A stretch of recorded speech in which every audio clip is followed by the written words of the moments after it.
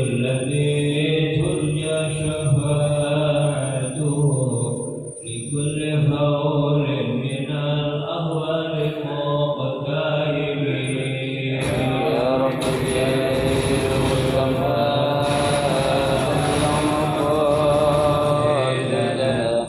واغفر لنا ما مضى يا واسع الكرم.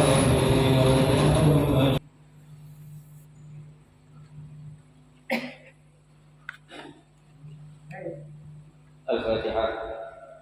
بنية أن الله يفتح علينا فتوح العارفين ويفقهنا في الدين ويرزقنا كمال الإخلاص واليقين، وبنية أن الله سبحانه وتعالى يوصل ثوابها إلى أرواح العلماء العاملين الراسخين في العلم اليقين من المحدثين والمفسرين والفقهاء في الدين، أن الله سبحانه وتعالى ينفعنا بعلومهم وببركة أسرارهم ويعلي درجاتهم في الجنة، ثم إلى أرواح آبائنا وأمهاتنا وأجدادنا وجداتنا وأعمامنا وعماتنا وأخوالنا وخالاتنا ولجميع المسلمين والمسلمات والمؤمنين والمؤمنات، ثم إلى أرواح المؤسسين هذا المسجد من المتبرعين والمتصدقين ومن بنى عليه،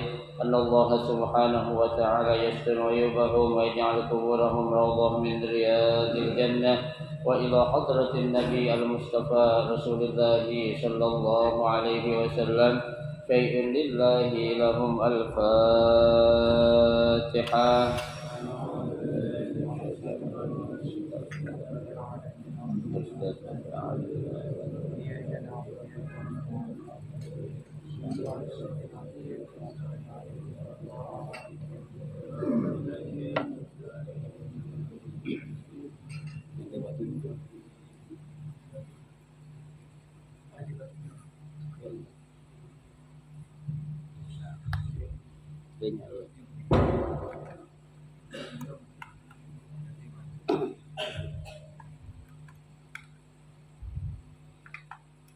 Assalamualaikum warahmatullahi wabarakatuh.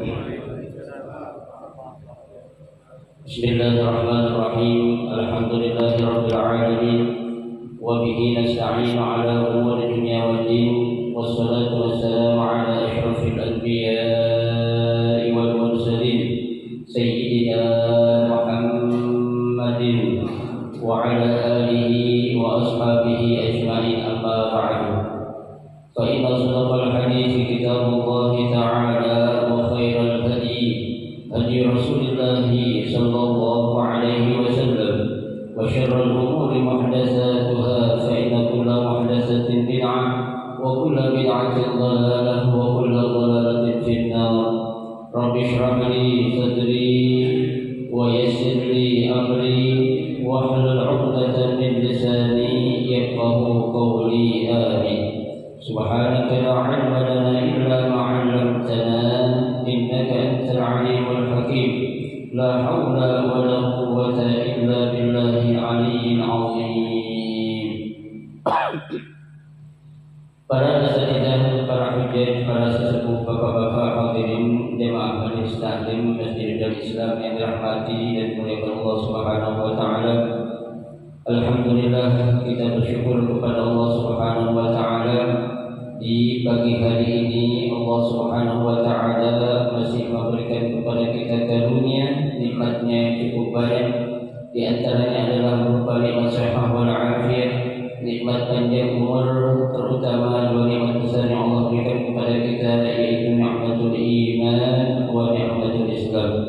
Yang tentunya patutlah kita syukuri dengan barakah nikmatnya Allah Subhanahu wa taala. Alhamdulillah, kita dapat melangkahkan kedua kaki kita menuju tempat yang termulia di sisi Allah Subhanahu wa taala, baitun min buyutillah, dan kita berada di raudhah min riyadil jannah, taman daripada taman syurga, dalam rangka kita mencari ilmu serta kita mencari keridhaan Allah Subhanahu wa taala. Kita berharap mudah-mudahan seluruh rangkaian amal ibadah yang sudah kita kerjakan, yang sedang kita kerjakan dan yang akan kita ganjaran pahala yang berlipat ganda. Ilmu-ilmu yang sudah kita pelajari mudah-mudahan Allah Subhanahu wa taala jadikan ilmu yang bermanfaat, dan yang akan kita pelajari mudah-mudahan Allah berikan kemudahan kepada kita untuk memahami dengan sebaik-baiknya. Amin Allahumma amin. Jemaah sekalian yang berbahagia, mari kita lanjutkan kembali kajian kitab Riyadhus Shalihin. Pada pagi hari ini kita akan melanjutkan, yaitu pada hadis yang ke-29, masih pada bab salat, ya, bab salat. Bismillahirrahmanirrahim. Al-hadis al-tasi wal-'ishrin, hadis yang ke-29. Wa 'an Abi Zaid Usamah bin Zaid ibn Haris maula Rasulillah sallallahu alaihi wasallam wa hibbihi wa ibni hibbihi radhiyallahu anhuma qala arsalat bintun nabiy sallallahu alaihi wasallam anna ibni qad hudira fashhadna fa arsala yuqri'u as-salam wa yaqul inna lillahi ma akhadha wa lahu ma a'ta wa kullu shay'in 'indahu bi ajalin musamma faltasbir wal tahtasib. Fa arsalat ilayhi tuqsimu 'alayhi la ya'tiyannaha faqama wa ma'ahu Sa'd bin Ubadah wa Mu'adz bin Jabal wa Ubay bin Ka'b wa Zaid bin Thabit wa rijalu radhiyallahu anhum. Farufi'a ila Rasulillah sallallahu alaihi wasallam as-sabi fa'aq'adahu fi hijrihi wa nafsuhu taqa'qa fafadat 'aynahu faqala Sa'd ya Rasulullah ma hadha faqala hadhihi rahmatun ja'alahu Allah ta'ala fi qulubi 'ibadihi wa fi riwayatin fi qulubi man syaa'a min 'ibadihi wa innama yarhamu Allah min 'ibadihi ar-rahama muttafaqun 'alaih. Wa ma'na taqa'qa tataharrak wa tattalib wallahu a'lam. Hadis yang ke-29 ini dari Abi Zaid Usamah bin Zaid bin Haris maula Rasulullah sallallahu alaihi wasallam, ya. Hadis ini datangnya dari Abi Zaid Usamah bin Zaid bin Haris. Beliau ini merupakan, ya, maula. Maula itu artinya pelayan, ya, pelayan Nabi sallallahu alaihi wasallam. Jadi kalau namanya menjadi pelayan orang yang mulia, kita juga kebagian apanya? Mulianya. Ya, kalau kita menjadi pelayan orang-orang yang maksiat, kita dapat dosa ini kan gitu. Ya, gitu. Nah, Abi Zaid ini, ya, kila ada satu pendapat mengatakan kunyahnya itu atau gelar panggilannya itu adalah Abu Muhammad. Ya. Satu pendapat mengatakan Zaid ini adalah kunyahnya Abu Muhammad. Wakil ada juga yang mengatakan Abu Yazid, ya. Ada yang mengatakan nama panggilannya juga Abu Yazid. Jadi kalau ada seorang bapak punya anak itu namanya Muhammad, namanya Yazid, namanya Usamah, ya, itu biasanya diapakan? Dinisbahkan kepada anaknya, panggilan bapaknya itu. Ya, saya punya anak namanya Novel contohnya, saya pakai nama Abu Novel, ya, gitu. Siapa punya anak namanya Iwan, siapa punya anak siapa nama laki? Habib, Labib, ya, Labib, ya. Iwan dipanggil dia Aba Labib, tuh, ya, itu namanya. Biasanya juga, ya, namanya itu ke yang laki-laki, kebanyakan dipanggilnya itu, ya, gitu. Nah, Zaid bin Usama bin Zaid bin Haris adalah sebagai pelayan Rasulullah Shallallahu Alaihi Wasallam. Bukan saja beliau sebagai seorang pelayan Nabi, beliau juga itu orang yang paling dicintai. Dicintai oleh siapa? Oleh Rasulullah Shallallahu Alaihi Wasallam. Sudah enak banget posisinya sebagai pelayan, tapi sangat dicintai oleh Nabi Shallallahu Alaihi Wasallam.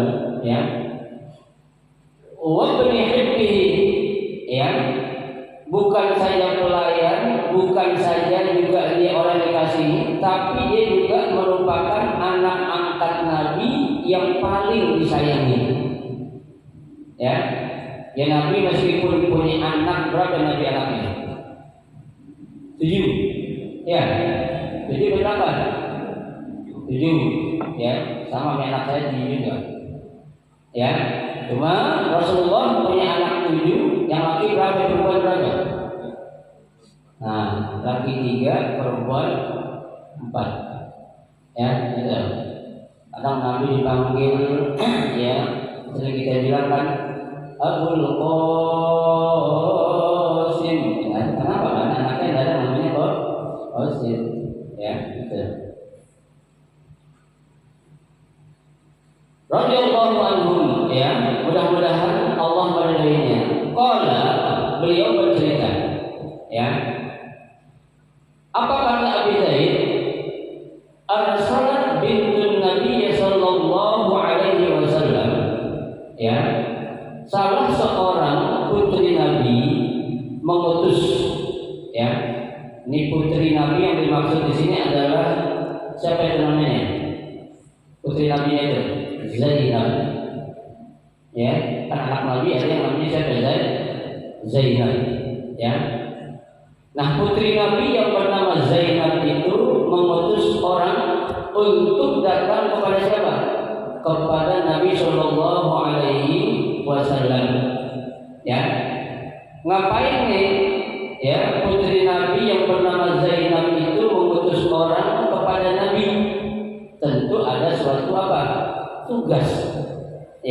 Ada suatu misi. Ada suatu yang penting. Nah, berarti kalau yang putus putrinya Nabi yang bernama Zainab, berarti ini status yang akan ditengokin ini siapa nih? Cucunya Nabi. Gitu. Nah, apa yang akan disampaikan oleh utusan dari Zainab itu? Kata beliau, an-nabni qadih tudira. Bahwasanya salah seorang putraku atau anakku dalam keadaan sakit keras, bahkan dikatakan di sini dalam keadaan sakaratul maut. Berarti ini kata Zainab, ayah, salah satu anakku berarti kan cucunya Nabi. Nah, cucunya Nabi yang dimaksud di sini adalah Umamah binti Zainab. Ini cucunya Nabi ini bernama siapa? Umamah binti Zainab. Di dalam keadaan sakit, bahkan dalam keadaan sakaratul maut, itu dikasih kabar, fashhadna, kata itu orang yang diutus Ami Zainab bilang, Nabi disuruh ngapain? Datang, disuruh ngapain? Nengokin, kan gitu. Nah, ini kan suatu keinginan, Jadi kalau ada orang lagi sakit, itu ada keluarganya datang, kami kita minta tolong, kita tolongin. Jangan kita justru membuat alasan ketika ada orang lagi sakit, apalagi keluarga sendiri yang minta tolong, jangan kita kita cuekin, jangan. Bahkan dalam ajaran Islam saja, ketika ada orang sakit, kita mau nengokin itu nggak Ya, masanya mungkin orang sakit perlu diundang kan nggak mungkin. Ya, bapak-bapak jamaah udah Islam, ayo kita nengokin si anak lagi sakit, nggak ada undangannya, ya. Jangan, ya. Karena dalam Islam itu Pak ada beberapa hal memang yang perlu diundang, ada yang nggak perlu diundang. Ya, nah kalau seperti walimatul arus itu harus diundang. Ya, kalau nggak diundang jangan datang. Kenapa ya? Karena bisa jadi undangan itu terbatas. Ya, untuk orang-orang tertentu contohnya. Kenapa? Karena si sohibul hajat bisa jadi persediaannya itu terbatas. Jadi jangan kita menjadikan beban kepada dia. Ya. Nah kalau ada semacam orang yang meninggal dunia atau orang sakit, kita takziah kok perlu diundang. Ya, dari keluarga dari jamaah Masjidul Islam meninggal dunia, diumumin nanti kita akan takziah, ada yang nyawat ini nggak diundang katanya. Ya, nggak ada orang undang takziah ini kan? Nggak ada. Justru kedatangan kita itu paling tidak akan ngapain? Akan menghibur orang yang mendapatkan musibah. Ya. Nah Zainab di sini ya meminta kepada bapaknya yang bernama Nabi Muhammad SAW untuk datang menengok ya cucunya yang lagi sakit. Ya, memang kebetulan saat itu ya Rasulullah SAW enggak langsung datang. Kenapa enggak langsung datang? Karena saat itu Rasul sedang kumpul lagi ngaji bareng atau musyawarah bersama para sahabat. Ya, makanya apa yang dilakukan oleh Rasulullah? Kata Nabi, fa arsala yuqribus salam. Ya, tuh orang yang diutus tadi disuruh balik lagi, udah sampein salam dah. Ya, sampein salam buat siapa? Buat anak gue kata Nabi. Ya, tuh biar apa tuh? Biar nanti ada ceritanya. Suruh apa itu? Suruh sabar, tuh, ya. Tuh. Nah di sini juga mengandung Pak. Ya, kalau kita ada keluarga yang sakit, minta didatangi sama orang-orang yang soleh, itu juga suatu perintah yang sunnah.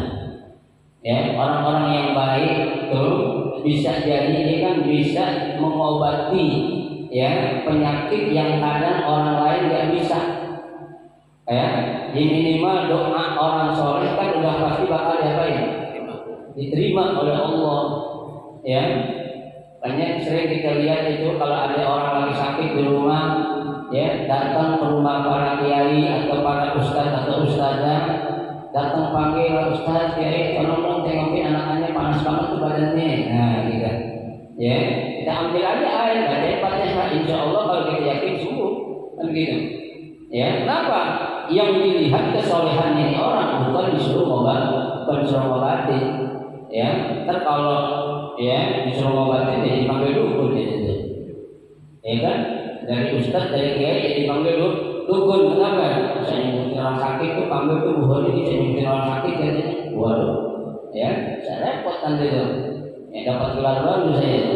Ya, dukun bisa mengobati penyakit panas anak-anak sering ya.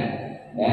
Nah, itu maksudnya adalah untuk mengambil ya berkah atau tabarukan kepada orang-orang yang soleh, bukan minta obatin. Itu biasanya kalau orang-orang yang ngerti, ya. Tapi kalau orang nggak paham, nggak ngerti dia atau biasa aja, mendingan panggil dokter. Nah, gitu, ya. Baik. Wa yaqulu, ya. Setelah aku menyampaikan pesan kepada orang yang diutus oleh Zainab, ya, kirim salam, dan Nabi juga bilang kepada siapa utusan itu untuk disampaikan kepada putrinya yang bernama Zainab. Apa pesan Nabi? Innalillahi ma akhadha. Ya, sesungguhnya segala sesuatu itu milik Allah. Apa-apa yang bakal diambil. Ya. Sekarang logikanya Pak, kalau tuh barang punya orang yang orang nitip sama kita, suatu saat tuh orang yang nitip sama kita mau ambil barangnya, kira-kira dikasih kan? Kasih kan? Asli nah barang orang nitip, ya. Kalau orang nitip suatu saat yang punya atau yang nitip pengen ngambil, harus diapain? dikasih, jangan nggak dikasih, ya. Walau ma'atan, dan baginya juga apa yang dia beli, ya. Nah di sini Pak, ya ada perbedaan, ya. Kalau Allah Subhanahu Wa Taala di sini dalam kitab, ya, Dalilul Falihin dijelaskan, ya, bahwasanya, ya, kalau Allah Subhanahu Wa Taala memberikan sesuatu, ya, atau mengambil sesuatu, itu tidak putus seperti makhluk memberi atau mengambil sesuatu dari orang lain. Contohnya begini Pak, ya, kalau orang ngasih sesuatu sama kita, contohnya, ya, entah itu sebuah barang atau duit, berarti kan kepemilikan orang yang ngasih tadi itu jadi putus. Jadi kita dikasih motor sama si A kepada si B. Nah si A setelah dia ngasih motor kepada si B, berarti kepemilikan motor itu berpindah kepada siapa? Si B, ya. Si A udah gak berhak apa-apa lagi, ya. Tapi kalau Allah Subhanahu Wa Taala, meskipun Allah sudah memberi, meskipun Allah sudah mengambil, itu tidak akan pernah putus, masih terus berhubungan. Kenapa? Karena Allah itu adalah pemilik segalanya, ya. Contohnya mana Pak? Kita dikasih sama Allah hidup, dikasih ruh, dikasih nyawa, ya kan? Suatu saat kita bakal apa? Mati, meninggal, ya. Kenapa? Karena ruh itu Allah yang kasih, ya kan? Apakah setelah kita mati kita dimiliki aja? Enggak. Nanti diapain lagi? Dikasih lagi ruhnya itu untuk dihidupkan kembali. Kapan? Nanti pada hari Yaumul Hisab, ya kan? Ada pembalasan. Nah kalau manusia nggak seperti itu, ya. Kalau yang namanya manusia dia sudah ngasih, jangan jauh-jauh Pak. Ada orang mewakafkan sesuatu atau sebidang tanah, entah itu kepada masjid atau yayasan untuk dibangun masjid atau musola ataupun majelis taklim, ya. Ketika ada seorang orang tua yang sudah mewakafkan tanahnya, ya, kepada apapun namanya, itu kepemilikannya itu putus, entah itu ya keluarganya atau ahli warisnya, nggak ada haknya lagi situ, ya. Itu manusia, ya. Karena banyak sekarang praktek Pak, mohon maaf nih, yang banyak disalahpahami ketika ada orang tua mewakafkan sebidang tanah, ya, kepada apapun bentuknya, entah itu instansi ataupun yayasan, ya. Itu sepeninggal orang tuanya, ahli warisnya masih pengen ngapain? Pengen miliki, pengen menguasai, ya. Di situ sudah ada tidak hak lagi, ya, karena sudah putusnya kepemilikan dari si almarhum yang sudah memberikan kepada siapa? Kepada yang namanya itu, kalau istilah, ya, dalam wakaf itu ada namanya apa itu? Ya, apa namanya istilahnya? Orang yang diberikan amanah, siapa namanya itu? Karena wakif orang yang berwakaf, ya, ada istilahnya itu, saya lupa apa istilahnya itu, namanya itu. Orang yang diamanahkan untuk mengolah ataupun, ya, memelihara apa yang diberikan. Nazir, ya, ada namanya nazir, ya. Nah itu hak nazir untuk menjalankan apa yang menjadi amanahnya yang diberikan oleh si wakil tadi, ya. Keluarga boleh tercampur, boleh sebatas mendapatkan informasi saja, ya. Kalau sudah diserahkan kepada nazir, berarti itu harta tersebut sudah bukan punya ahli waris lagi, ya. Berarti menjadi milik siapa? Milik umat, ya. Tuh. Jadi jangan sekali-kali kalau ada kita orang tua mewakafkan, ketika orang tua kita meninggal kita masih pengen ngapain? Menguasai, jangan.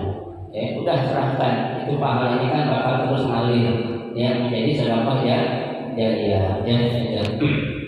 Baik. Wa kullu syai'in indahu bi ajalin musamma. Ya, segala sesuatu itu, ya, di sisi Allah sudah ditentukan ajalnya. Ya, kalau memang itu, ya, Allah menentukan cucu saya, bahasanya ini menurut Nabi, atau putrimu ya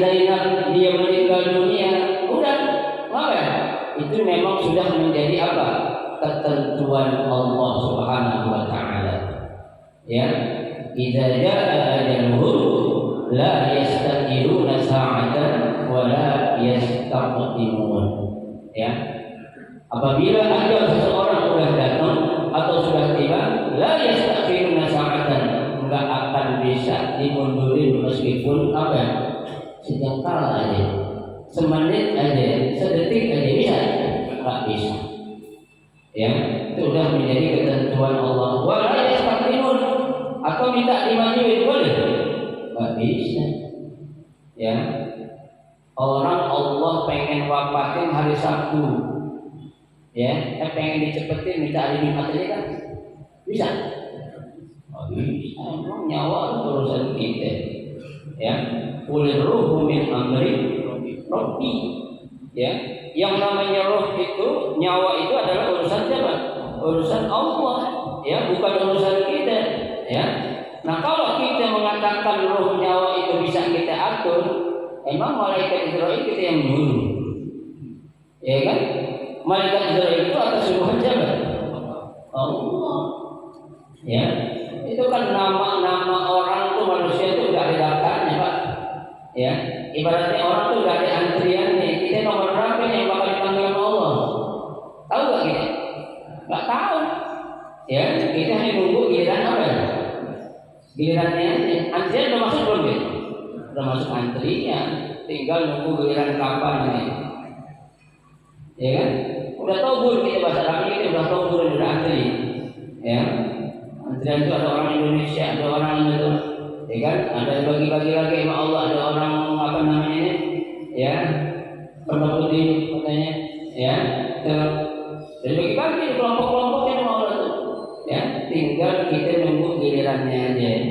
Di antrian sudah kita ada tuh, ya. Nah, pesan Nabi kepada putrinya Zainab apa?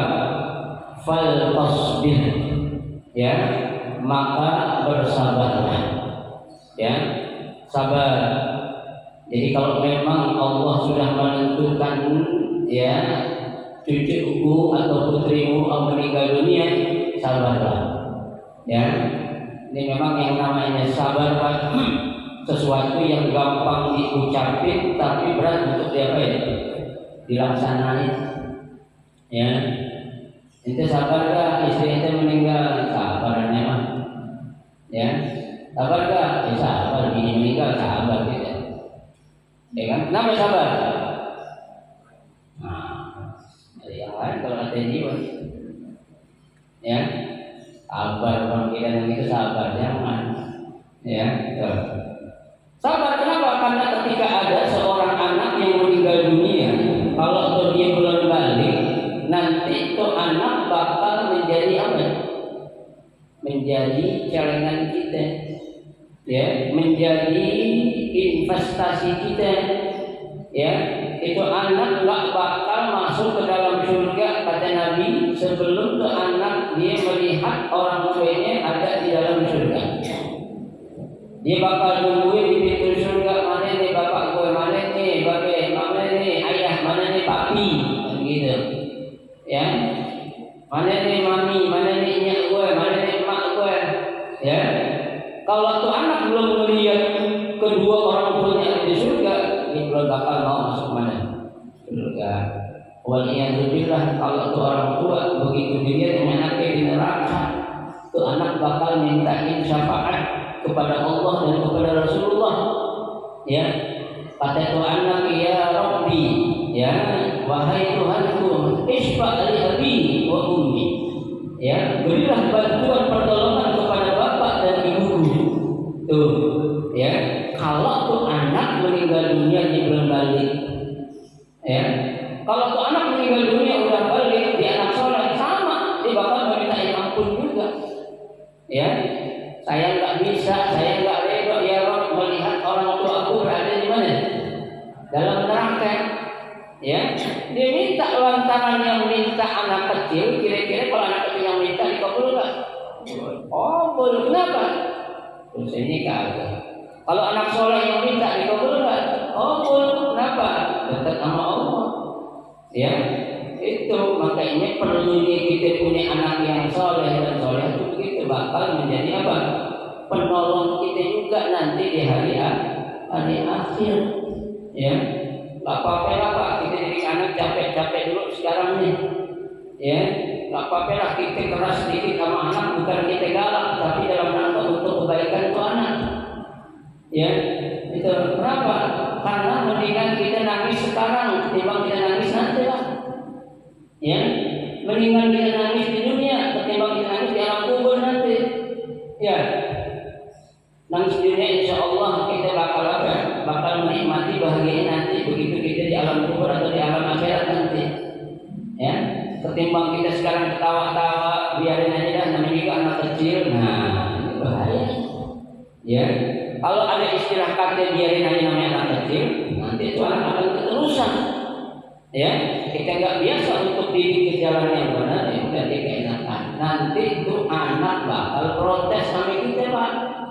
Ya Rabbi saya nggak setuju, bapak gue masuk surga, gue masuk surga, dia enak-enakan ke neraka. Kenapa dong?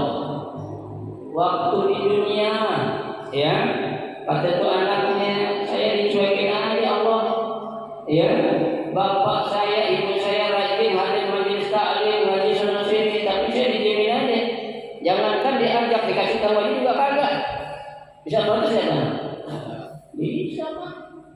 Ya, jangan kira nanti itu anak diem aja, pasti akan keluar omongan-omongan yang nanti dia itu anak akan langsung ngomong di hadapan Allah Subhanahu wa Ta'ala. Ya, fal tasbih wal tahtasib. Ya, bahkan juga kata Nabi wal tahtasib. Udahlah, ya. Semoga dengan musibah ini mudah-mudahan akan mendapatkan suatu apa? Ganjaran ataupun pahala dari Allah Subhanahu wa Ta'ala. Ya.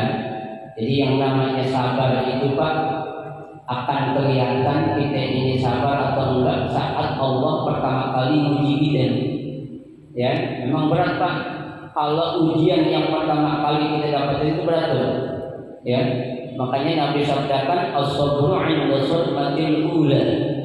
Ya, kesabaran itu akan nampak atau terlihat pada saat Allah menguji ujian yang pertama. Ya, tuh. Gak ada Pak seorang bapak yang gak sayang sama anaknya.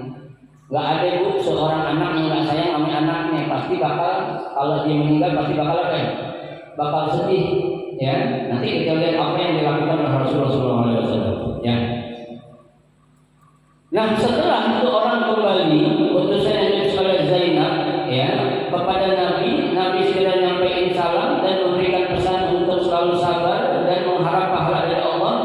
Ya, fa arsalat ilaihi. Zainab mengutus kembali itu orang untuk datang kepada Nabi yang kedua kalinya. Ya, anak belum puas Zainab ini. Mungkin bahasa kita ini ya Allah kok abah tega amat nggak mau nengokin cucunya lagi sakit kayak gini. Ya, Nabi bukan sengaja Pak, bukan. Memang tadi saya katakan saat itu Nabi sedang menghadapi suatu urusan yang penting, ya, membicarakan masalah umat, ya, bersama para sahabat. Tuh, ya, karena orang yang diutus dua sampai yang ketiga ini, ya.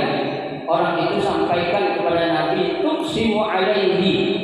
Ya Rasul, ini putrimu yang bernama Zainab sampai sumpah-sumpah. Ya, ngapain sumpahnya? La ya'tiyannaha. Ya, agar Nabi bisa datang kepada dia. Ngapain? Nengokin tuh anaknya Zainab atau cucunya Nabi Muhammad SAW yang bernama Usamah bin Zainab. Ya, kalau ada orang minta tolong banget Pak, ya Ustaz, tolong apa ya, anak saya lagi sakit panas banget tuh, anak nggak punya duit, mau bawa ke dokter. Ya, oke, sampai saya tolong datang. Ya, kalau orang udah sampai sumpah-sumpah, ya, jangan kita anggap suatu permintaan orang yang nggak mampu, apalagi kita anggap itu permintaan yang nggak penting, jangan.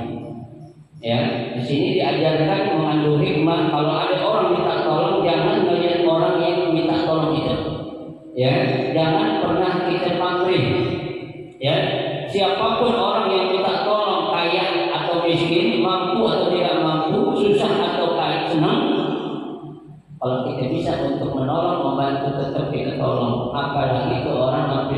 sumpah, ya Allah Ustaz tolongin maka anak saya tuh, ya saya nggak tega melihatnya. Di akhirnya Pak, ya karena Zainab sudah menyampaikan sumpahnya melalui orang yang diutus oleh Zainab kepada Nabi, maka Nabi apa? Faqoma, Nabi bangkit dah, ya Nabi datang dah. Nabi memenuhi panggilan anaknya untuk nengok siapa? Putrinya, yang bernama siapa? Usamah binti Zainab, menjadi cucu Nabi Shallallahu Alaihi Wasallam. Wa ma'ahu Sa'ad bin Ubadah. Saat itu Nabi ya bangkit ya menuju rumah Zainab ditemani oleh Sa'ad bin Ubadah, Mu'adz bin Jabal, Ubay bin Ka'ab, ya Zaid bin Sabit, wa rijalun radhiyallahu anhum, dan sahabat-sahabat lain yang ada bersama Nabi saat itu. Ya, diibaratnya ketika itu Nabi memang lagi ngajar, Pak. Ya, lagi ngaji kepada sahabat. Masa ditinggalkan nggak mungkin. Ya, nanti dulu lah. Ya, karena ini orang riwayat mengatakan sampai 3 kali orang datang. Pertama belum turutin, kedua belum, yang ketiga hampir disumpah. Ya, kata Zainab dia bersumpah ya Rasul. Ya, Rasul suruh datang. Ada Nabi datang bersama para sahabat yang saat itu sedang bersama siapa? Bersama Nabi Muhammad Sallallahu Alaihi Wasallam. Ya. Farufi'a ila Rasulillah Sallallahu Alaihi Wasallam as-sabiy. Ya, sesampainya Nabi dan para sahabat di rumah Zainab, ya putri Nabi, cucunya yang lagi sakit yang bernama Usamah langsung diangkat ke pangkuan Nabi Sallallahu Alaihi Wasallam.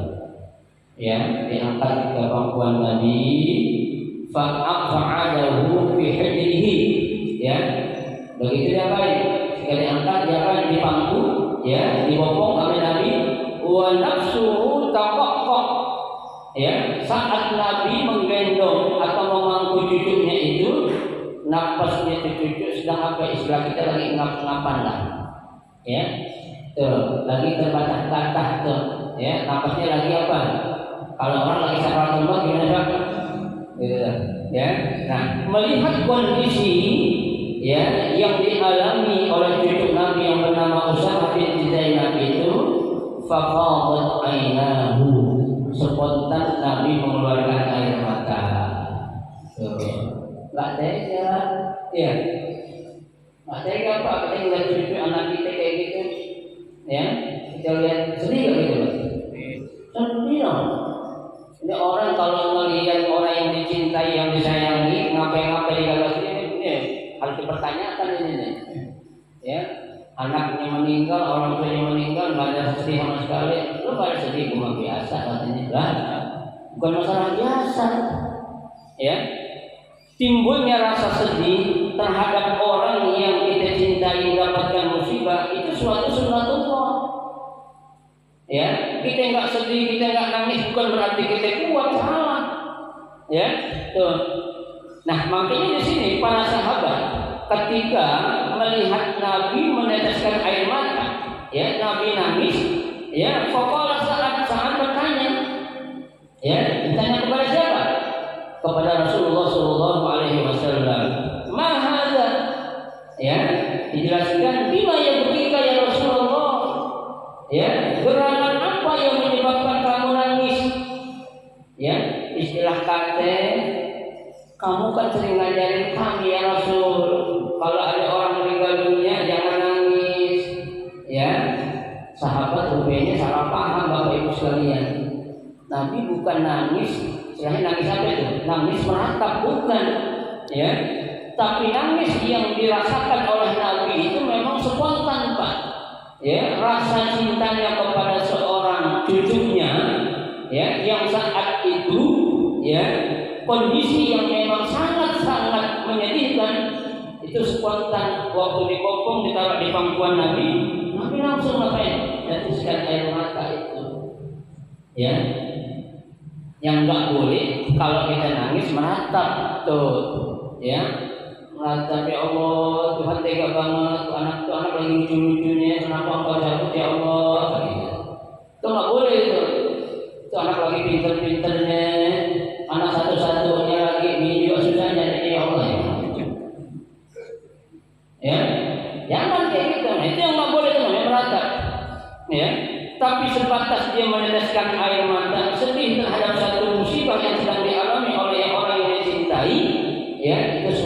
hal yang merupakan sunnatullah.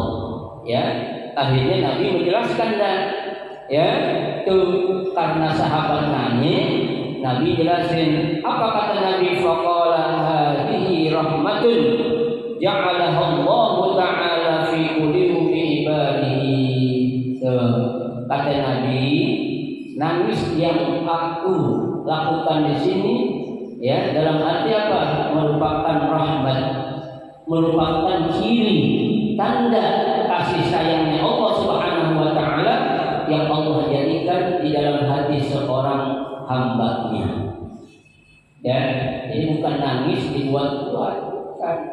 Memang nangis spontan, Pak.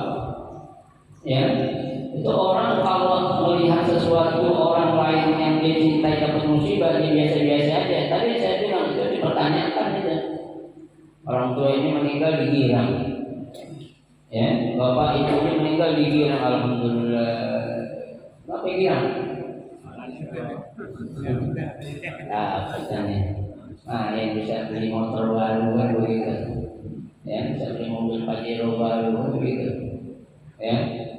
Jangan Pak, Bu. Dosa kita kalau bergerak kayak gitu. Alhamdulillah apa? Orang tua meninggal ya. Itu kayaknya biasa aja nyambung maksudnya orang tua meninggal dengan orang tua orang baik. Ya bukan salah orang baik, lu anak nggak tahu diri. Namanya orang tua yang meninggal, mereka mungkin lu basah kayak itu air mata kan begitu. Ya, nggak ada perasaan sedih-sedih kayak gitu yang nampak terus kebahagiaan. Ya, lihat Pak, kalau ada orang anak ketika orang tuanya bapak atau ibunya meninggal dunia, dia biasa-biasa tanya Pak, pasti ada niat yang baik Pak.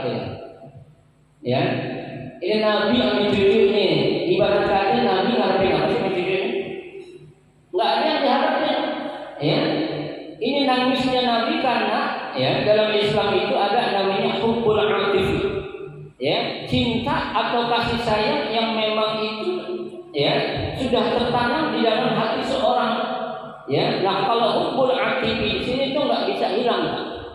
Sebagai contoh, kita punya anak, mohon maaf dalam tanda kutip, itu anak kita nakal, bandel, senakal-nakal itu anak, sebandel-bandel itu anak kalau ngapa-ngapa kita masih sedih.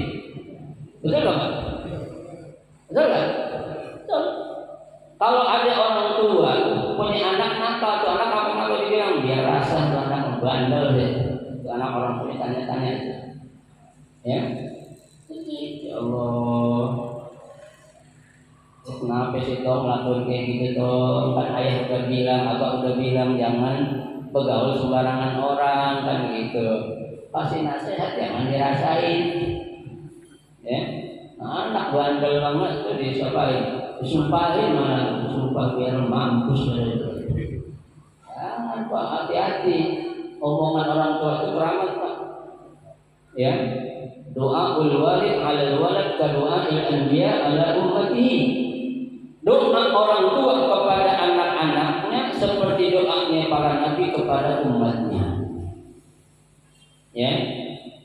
Yang sembarangan kita ngomong dah ke anak dah, ketika tuh anak nakal kayak apa jangan salahin tuh anak dulu, introspeksi kita tuh. Ya itu anak begitu karena siapa? Karena bapaknya kagak, karena emaknya kan begitu. Ya, jangan langsung nyalain lu anak siapa sih, lu anak siapa? Ada kan orang begitu Pak? Ada anak nakal anak siapa sih, anak siapa? Kalau sekarang saya ngomong, bapak memang ngerasain katanya. Lu ketuban kali di rumah sakit, nggak ketuban lagi dulu ya. Lahir tak di rumah sakit yang didukun, itu terima-nya. Ada yang ngomong itu Pak. Ya, barangkali yang ngomong kalau lagi ada pesannya itu yang namanya anak kan memang nggak semua buah yang udah kembang yang di pohon bakal jadi buah kan begitu. Ya, ada yang rontok, ada yang jadi buah bakal kita makan. Kita berusaha sih Pak. Itu pohon bakal jadi buah semua nanti dari kembang itu. Kita pengen anak kita orang baik semua, tapi apa boleh buat?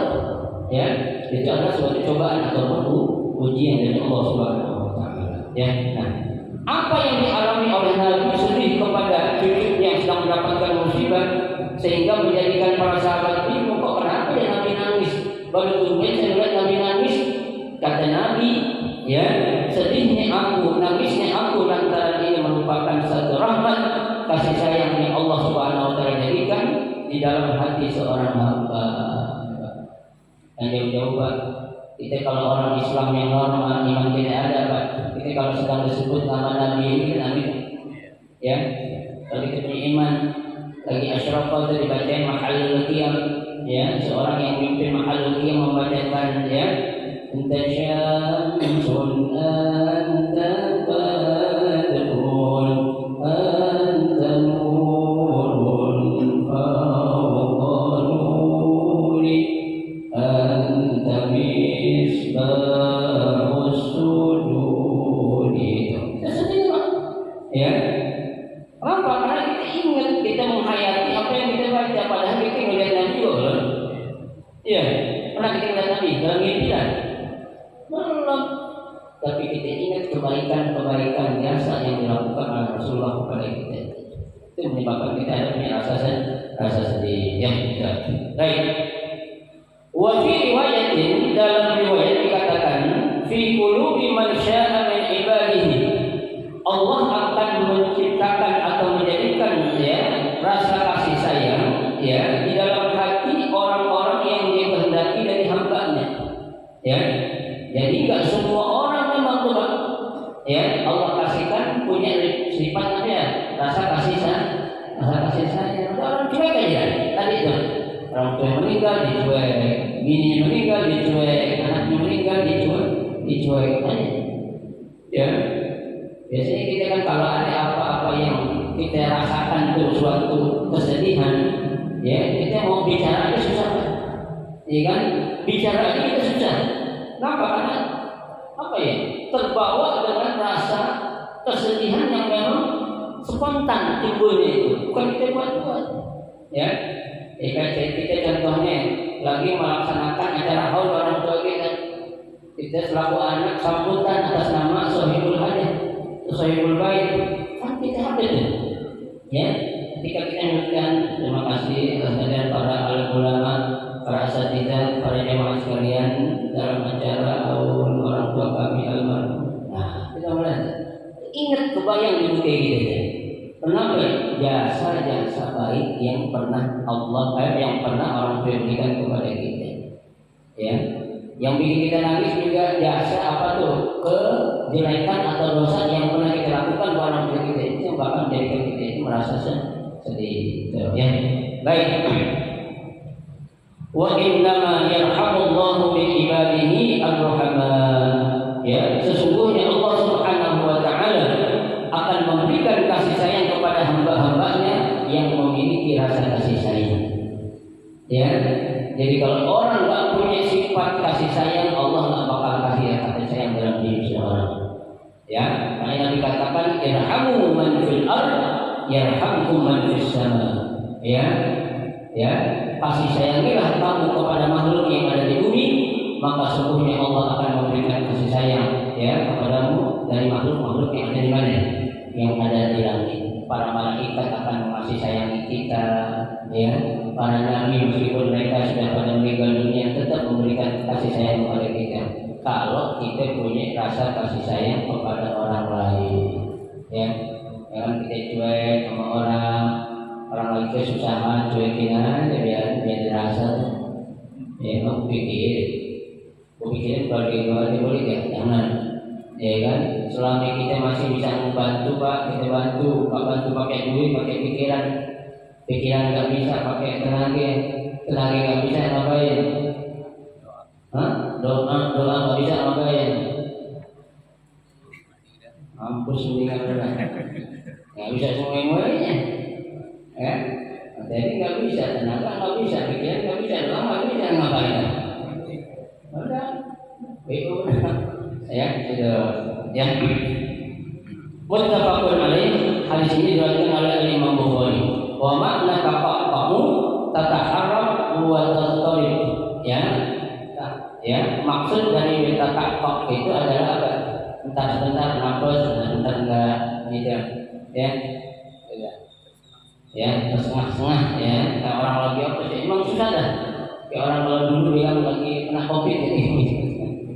Ya, kalau kena COVID kan susah napas, ya kan?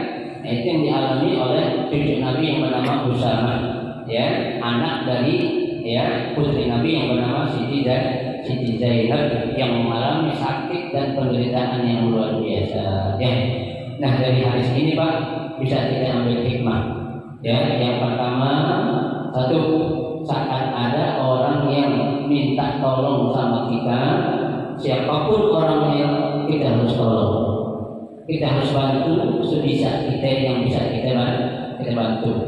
Yang kedua, ya, saat ada ya orang yang menderita sakit atau ada orang meninggal, ayo kalau dia sakit kita jenguk, nggak nunggu harus diundang.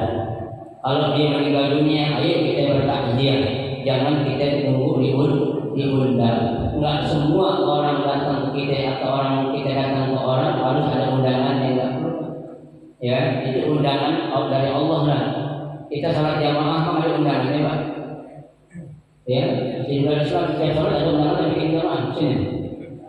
Ya, di antara itu undangan salat zuhur dibikin undangan sakiwan, Abdul Rahman Abdul lah, belum habis waktunya. Ya, kalau orang dekat tak perlu gitu. Ya, yang ketiga Pak, kita perlu minta pertolongan atau bantuan melalui wasilah orang-orang yang soleh. Ya, jadi kalau ada orang lagi sakaratul maut Pak, orang begitu sakaratul maut, kita nggak bisa ngapa-ngapain, panggil orang, jangan diemin aja. Ya, panggil orang yang ngerti, yang soleh, biar diapain? Biar ditalkinin. Ya, tuh jangan orang tua yang udah sakaratul maut susah banget, biarin aja, biarin coba dia mati sendiri, jangan mati sendiri. Ya, panggil ustaz, panggil ulama, minta tolong. Ya, melalui orang-orang soleh insya Allah tuh Pak. Ya, jangan kita diemin aja, udah kita anak siapa apa, lihat orang saya terhormat orang begitu kita diemin aja, nggak boleh. Kita ajak, kita undang, kita jemput ke orang soleh untuk ngapain? Mendoakan orang tua kita yang lagi sakaratul maut atau siapapun yang lagi sakaratul maut sementara mereka susah dalam menghadapi sakaratul mautnya. Ya, nah itulah hikmah-hikmah yang bisa kita ambil ya dari hadis yang ke-29 ya dalam bab sholat ini. Mudah-mudahan menjadi ilmu yang bermanfaat bisa kita amalkan untuk diri kita dan kita ajarkan kepada orang lain. Amin ya rabbal alamin. Silakan para wanita. Namanya? Oh ya.